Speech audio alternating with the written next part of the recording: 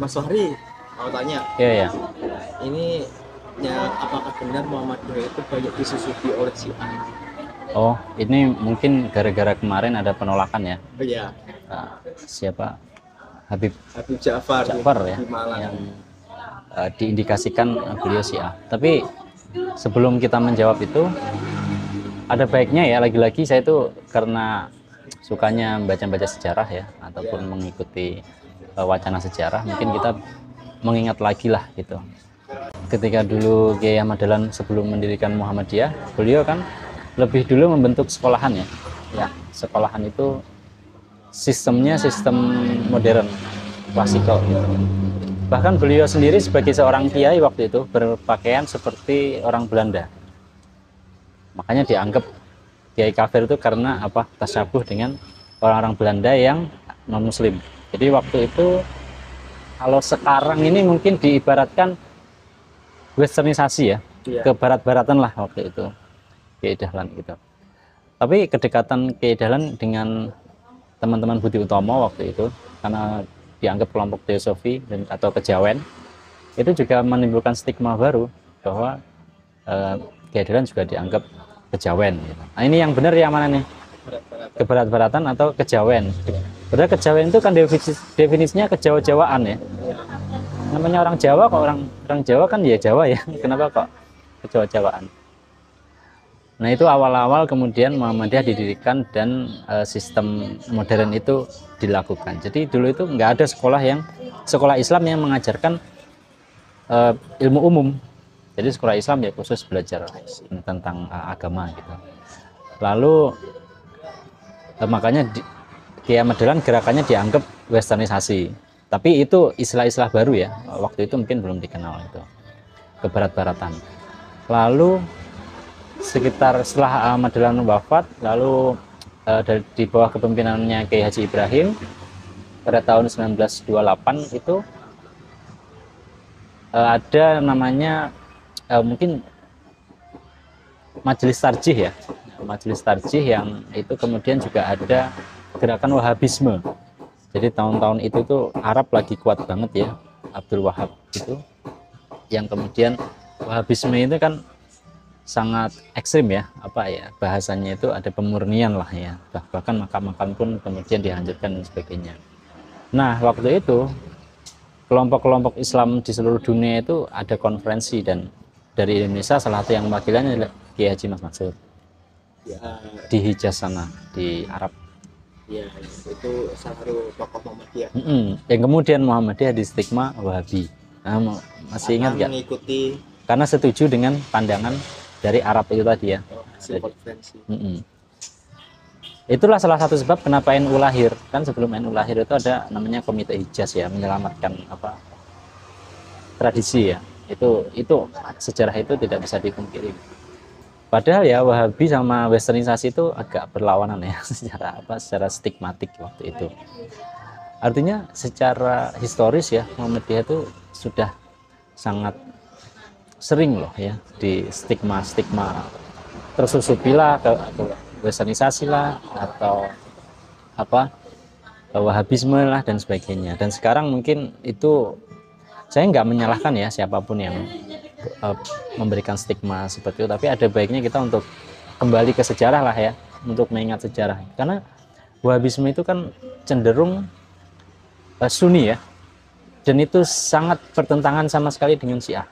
Nah, kalau sampai sekarang pun masih ada, sampai sekarang masih ada nggak yang mengidentikan Muhammadiyah itu Wahabi? Saya kira masih banyak ya, masih banyak sekali. Padahal Wahabi sama Syiah itu sangat bertentangan sekali ya, secara politik ataupun secara historisnya. Dan itu juga agak lucu. Artinya sesuatu yang sudah terjadi satu abad lalu itu memang ya terulang terus ya. Nah, itu salah satu yang mungkin kembalinya ke sejarah. Yang kedua, apa ya, Muhammadiyah itu kan organisasi ya. Ada ruang-ruang lah ya untuk kita menyampaikan pendapat gitu ya. Nah, saya sebenarnya kegiatan gerakan-gerakan penolakan, lalu pencegatan, pembubaran mungkin kalau ada gitu, sampai ada surat terbuka, itu kan seharusnya tidak perlu terjadi karena ada forumnya tersendiri. Misalnya itu forumnya di muktamar lah disampaikan, atau forum tanwir, ataupun ketika menolak kehadiran salah satu tokoh ya ada baiknya datang ke situ dan langsung menyampaikan. Kan biasanya ada dibuka sesi sesi tanya jawab dan sebagainya itu.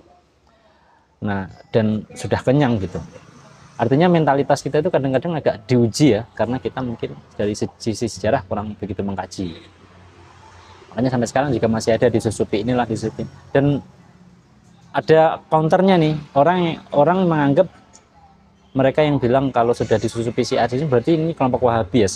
Sebenarnya sama aja, artinya sama-sama menstigma gitu loh. Dan saya kira kita tidak seperti itu ya. Kita sudah 100 tahun itu saya kira sudah cukup dewasa lah gitu. Dan juga begini ya, ciri gerakan modernis itu mempengaruhi ya, cenderung lebih mempengaruhi daripada dipengaruhi. Jadi kan gerakan modernisme itu baru muncul kan abad 20-an. Iya. 1900 ke atas itu, mulai dari Jamiatul Khair. Jadi dulu ada organisasi Islam pertama itu namanya Jamiatul Khair. Itu memang organisasinya para habib lah waktu itu, orang-orang Arab lah ya. Dan Jamiatul Khair kalau dalam sejarah itu justru lebih banyak keturunan dari Yaman, jadi bukan Arab Saudi. Sementara Wahabi itu kan dari Arab Saudi. Jadi ketika organisasi modern itu cenderung mempengaruhi, termasuk yang dipengaruhi Muhammadiyah paling besar, yang Muhammadiyah mempengaruhi banyak gerakan Islam di Indonesia itu adalah soal modernisasi lembaga. Sekolah mulai ada kelas-kelasnya, lalu ada kurikulumnya, termasuk ada pelajaran Islam dan Barat dan umum. Makanya kenapa TK pertama di Indonesia ini adalah TK Aisyah, TK Aba di dekatnya Masjid Kauman. Ya, jadi sebelum negara pun punya TK, Muhammadiyah udah punya TK. Makanya Nyai Walidah itu diangkat jadi pahlawan nasional bukan karena semata-mata istrinya Ahmad Dahlan, tapi memang ada gerakannya, yaitu berupa pendidikan usia dini itu tadi.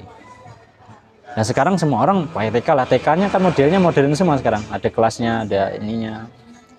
Artinya itu salah satu bentuk pengaruh terbesar lah kalau kita mau mengakui salah satu pengaruh Muhammadiyah kan? Dari sisi modernisasi lembaga. Sementara dari sisi sistem sosial saya kira juga banyak berubah, tradisi-tradisi kayak selamatan dan sebagainya. Kita tidak bisa mengatakan bahwa selamatan itu identik dengan kelompok tertentu, karena selamatan itu sudah eksis sejak zamannya Wali. Kalau menurut sejarawan almarhum Gus Nyoto itu bahkan Sunan Derajat itu kira-kira ketika Muhammadiyah lahir 1912, tradisi itu sudah ada 300 tahun. Jadi sudah 300 tahun ada itu ketika Muhammadiyah lahir itu. Dan kemudian kalau sekarang ada anggapan orang Muhammadiyah terpengaruh selamatan ini. Bukan terpengaruh, selamatan itu sendiri kan sudah lama ada gitu kan.